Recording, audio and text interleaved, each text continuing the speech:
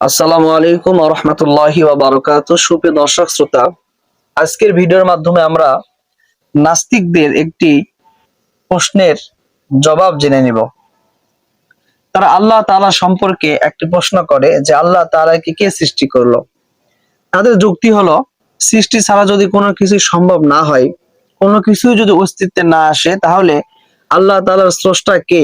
আল্লাহ তাআলার যদি স্রষ্টা না থাকে, তাহলে আল্লাহ তাআলা বলতে কোনো কিছুই নাই, সৃষ্টিকর্তা বলতেও কোনো কিছু নাই। এটা তাদের যুক্তি।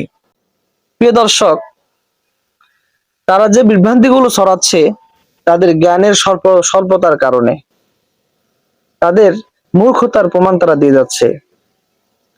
তারা স্রষ্টার সৃষ্টিকর্তা তালাশ করে। এটা একজন শিক্ষিত ব্যক্তির সম্পর্কে প্রশ্ন করা সম্ভব নয়।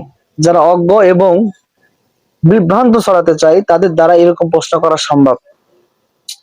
প্রিয় দর্শক, তো এই প্রশ্নের জবাব আমাদেরকে জানতে হবে। আমাদের সৃষ্টিকর্তা আল্লাহ তাআলার সৃষ্টিকর্তা আছে কিনা এটা আমাদের জানতে হবে। চলুন আমরা এর জবাবটা সুন্দরভাবে বুঝে নেই।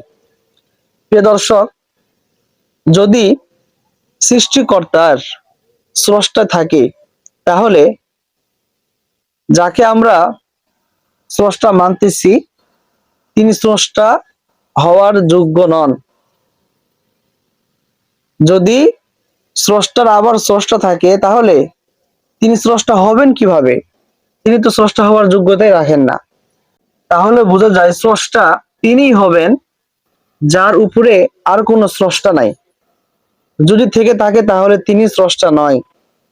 স্রষ্টা তিনিই হবেন যার উপরে কোনো স্রষ্টা নাই, যিনি উপমা ছাড়াই সৃষ্টি করেছেন, যাকে কেউ সৃষ্টি করেন নাই, যিনি এক অদ্বিতীয়, তিনি হচ্ছে স্রষ্টা। আর তিনি হচ্ছে আল্লাহ রাব্বুল আলামিন। আল্লাহ তাআলার উপরে আর কোনো স্রষ্টা নাই। যদি থেকে থাকে তাহলে যার উপরে স্রষ্টা থাকবে সে আর স্রষ্টা হতে পারে না, স্রষ্টা হওয়ার যোগ্যতা রাখে না। আমি এটা বলতে চেয়েছি, আপনারা ভুল বুঝবেন না, কথাটা ভালোভাবে বুঝে নিবেন।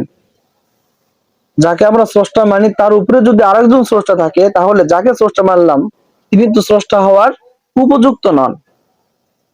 সুতরাং আল্লাহ রাব্বুল আলামিন স্রষ্টা, তিনার সৃষ্টিকারীকে, তিনার স্রষ্টাকে এটা তালাশ করা মূর্খতা। আল্লাহ রাব্বুল আলামিন স্রষ্টা, এক অদ্বিতীয় খোদা আল্লাহ, তিনার উপরে আর কোনো স্রষ্টা নাই, এজন্যই তিনি স্রষ্টা, এজন্যই তিনি ইবাদতের উপযুক্ত। এই সহজ কথাটাই নাস্তিকটা বোঝে না।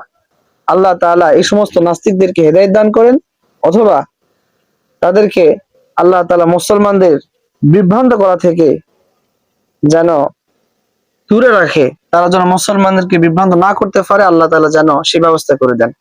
সকলে ভালো থাকবেন, সুস্থ থাকবেন। আসসালামু আলাইকুম ওয়া রাহমাতুল্লাহি ওয়া বারাকাতুহু।